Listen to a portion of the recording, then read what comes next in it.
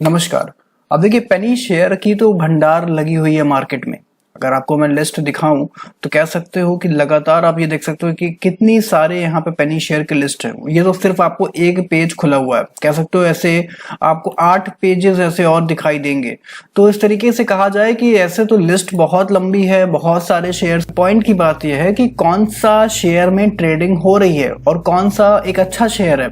अब देखा जाए कि कुछ पेनी शेयर्स ऐसे भी हैं जो कि डिविडेंड भी देते हैं, ठीक है, तो इनमें भी चुनना पड़ता है। सो डिविडेंड वाली वीडियो मैं आप लोगों को अगली वीडियो पे बताने वाला हूं। अगर इस वीडियो पे 100 कमेंट आ जाते हैं पेनी शेयर डिविडेंड करके, तो अगली वीडियो पे बात करेंगे। पर अभी हम लोग बात करने वाले हैं कुछ ऐसे स्टॉक जो कि काफी फंडामेंटल, अगर आप क्वार्टर प्रॉफिट वेरिएशन देख रहे हो तो तेजी से ग्रोथ करते हुए मिल रहा है। तो शुरुआत करेंगे पहला स्टॉक पे। लो बनाता है ₹1.5 का और हाई बनाता है ₹9.5 का।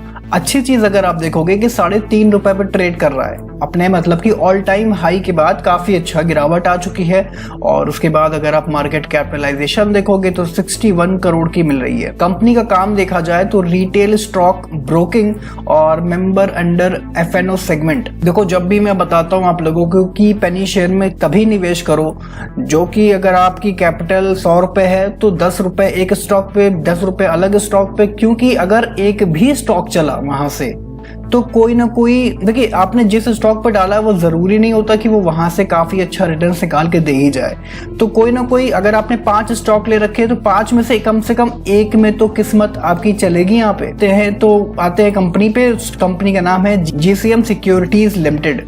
इसकी ट्रेडिंग देखा जाए 20 मार्च को हुई है और अभी भी लोअर लगा हुआ है। तो लोअर लगा हुआ है, सबसे बढ़िया मौका किसी भी शेयर में एंट्री के लिए कब होता है? जब लोअर सर्किट में या फिर जब गिरावट में ट्रेड कर रहा है। मार्केट का भी अगर आप यहाँ पे ट्रेंड देख रहे होगे तो काफी अच्छी गिरावट देखने को मिल रही है। हालांकि पिछले कारोबार में थोड़ी तेजी मिली है, पर उससे पहले भी आपको पता है कि 2.5% की गिरावट है एक दिन, फिर अगले दिन 2.5% की तेजी। तो ये कह सकते हो कि मार्केट बहुत ही ज्यादा वॉलेटाइल है। तो आप लोगों के लिए मैं एक और चीज बताता हूं जो कि आपको काफी ज्यादा हेल्प करेगा मार्केट को प्रेडिक्शन करने में। सो आप लोगों को ये पता होगा कि सपोर्ट और रेजिस्टेंस क्या होता है। तो जब भी कोई एक रेजिस्टेंस ऊपर का जो अगर वो क्रॉसओवर करता है, मतलब कि वो तोड़ता है, तो वो रेजिस्टेंस एक सपोर्ट बन जाता है। उसी तरीके से आप देखो कि जब यहाँ पे ये 16,000 का रेजिस्टेंस था, इसको ब्रेकआउट दिया है, उसके बाद मार्केट देखो 16,000 के ऊपर ही ट्रेड कर रहा था इतने टाइम से। बट अभी आप देखो कि अब इस हिसाब से देखा जाए कि 16,000 का लेवल मार्केट के लिए काफी बढ़िया सपोर्ट है। और अभी आपको मार्केट कहाँ मिल रहा है? 16,000 पे, सपोर्ट के पास पे।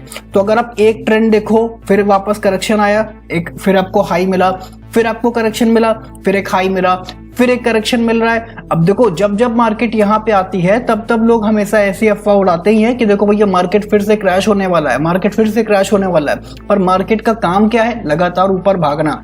गिरावट कब आती है? जब कोई बुरी सेंटीमेंट, मतलब कि जब कोई नेगेटिव सेंटीमेंट्स आप लोगों को देखने को मिलता है या सुनने को मिलता है, तो भाई जाहिर सी बात है गिरावट आती है। तो वो हम लोगों के लिए मौका होता है। 2020 का पैंडेमिक वो मौका था कि इंसान अपनी सारी जमा पूंजी लगा दे। उसको मालूम होना चाहिए था कि मार्केट है, नंबर है, ये एक तरीके से नंबर नीचे गया है तो नंबर वापस उठेगा ही उठेगा। अब निफ्टी ज्यादा से ज्यादा 2020 में 7,500 पे था, उसके बाद 2,000 आता, 1,000 आता, 0 आता, 0 के नीचे थोड़ी ना चला जाता। तो चीजें काफी सिंपल है। अगर आप रिस्क लेने की क्षमता रखते हो तभी मार्केट में पैसा कमा सकते हो। अब आप खुद ही सोच के देखो कि अगर स्टॉक मार्केट में पैसा कमाना इतना आसान होता तो सभी लोग एक ऑफिस खोल के AC चालू करके वहां पे बैठ के पैसा ना कमाते। सो इसलिए चीजें इतनी आसान नहीं होती है। सो बढ़ते हैं अगले स्टॉक पे। 16 पैसे का शेयर हाई बनाता है ₹2.5 का और करंट प्राइस लगभग ₹1.5 का पे चल रहा है। तो ठीक ठाक रैली यहाँ पे मिल गई है। और कंपनी का नाम है MFL लिमिटेड, मतलब अभी भी आपको ₹1.5 पे ट्रेड कर रहा है। लॉन्ग टर्म के व्यू से देखा जाए तो बहुत ही बढ़िया स्टॉक है। अगला स्टॉक लगभग आपको ₹3 पे मिल रहा है और हाई बनाता है ₹10 का। करंट मार्केट कैपिटलाइजेशन 27 करोड़ रुपए का और इस टाइम आपको ₹6 पे ट्रेड कर रहा है। सो वही चीज है कि निफ्टी अभी आप देखो कि सपोर्ट पे चल रहा है, वापस एक अच्छा रिकवरी की एक गुंजाइश कर सकते हैं। ठीक है, तो ये जो बार बार आप देख रहे होगे कि 16,000 पे टच कर रहा है, फिर नीचे आ रहा है, फिर एक बाउंस बैक मार रहा है, फिर एक बार नीचे आ रहा है, फिर बाउंस बैक मार रहा है। तो ये एक सपोर्ट कहते हैं इस चीज को। मतलब कि आप कह सकते हो कि मैग्नेट लगा है, उसके आसपास रहेगा तो 16,000 के पास ही यहाँ पे ट्रेड करता रहेगा जब तक बड़ा ब्रेकआउट यहाँ से नहीं देखने को मिलता है। अगला स्टॉक तो कंपनी का नाम है यहाँ पे ओरोसेल स्मिथ इंडिया लिमिटेड। ये एक ज्वेलरी से रिलेटेड कंपनी का काम काज है। एक बात फिर से एक और चीज बता दूं कि पेनी शेयर क्यों होते हैं, उनके अंदर कुछ ना कुछ नेगेटिव चीजें दिखने को मिलती है। एक छोटे प्राइस पे वो ट्रेड कर रहा है। अगले स्टॉक पे आते हैं, लगभग 2.5 रुपए का स्टॉक है और हाई बनाता है 7 रुपए के पास पे। करंट मार्केट प्राइस 5 रुपए 20 पैसे का, लगभग 1.5 करोड़ की मार्केट कैप आपको मिल रही है। कंपनी का नाम है अभिषेक इंफ्रा वेंचर लिमिटेड और कंस्ट्रक्शन से रिलेटेड कंपनी का कामकाज है। बढ़ते हैं अगले कंपनी पे, 3.5 रुपए का लो बनाती है, हाई लगभग 9.5 रुपए का, करंट प्राइस 6.5 रुपए पे, मार्केट कैप लगभग 3.5 करोड़ का। कंपनी का नाम है RSC इंटरनेशनल लिमिटेड। और इसी तरीके से अगर आप देख रहे हो कि कंपनी का कामकाज यहाँ पे फैब्रिक से रिलेटेड है। अगली company central bank of India, बहुत ही कम पैसे पे मिल रहा है, अगर देखा जाए बहुत ही कम रुपए पे मिल रहा है, 16 रुपए और 29 पैसा। अब ये PSU स्टॉक क्यों लेना बनता है, क्योंकि देखा जाए अभी तक सरकार यहाँ पे प्राइवेटाइजेशन की बात चल रही थी।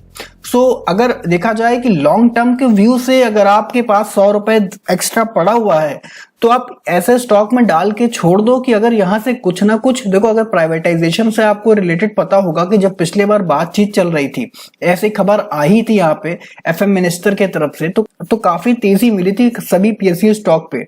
हालांकि अभी LIC का एक वो देखने को मिला है, यहाँ पे IPO आया है, उसके बाद यहाँ पे कह सकते हो कि इंडियन ऑयल का हो, उसके बाद और भी बैंकों का दिखने को मिल सकता है। चीजें आप समझ रहे हो कि काफी ज्यादा अभी इस टाइम पे PSU बैंक पे लोगों का ध्यान जा रहा है और लोग काफी अच्छी खरीदारी करके एक टाइम पे छोड़ दिए हैं।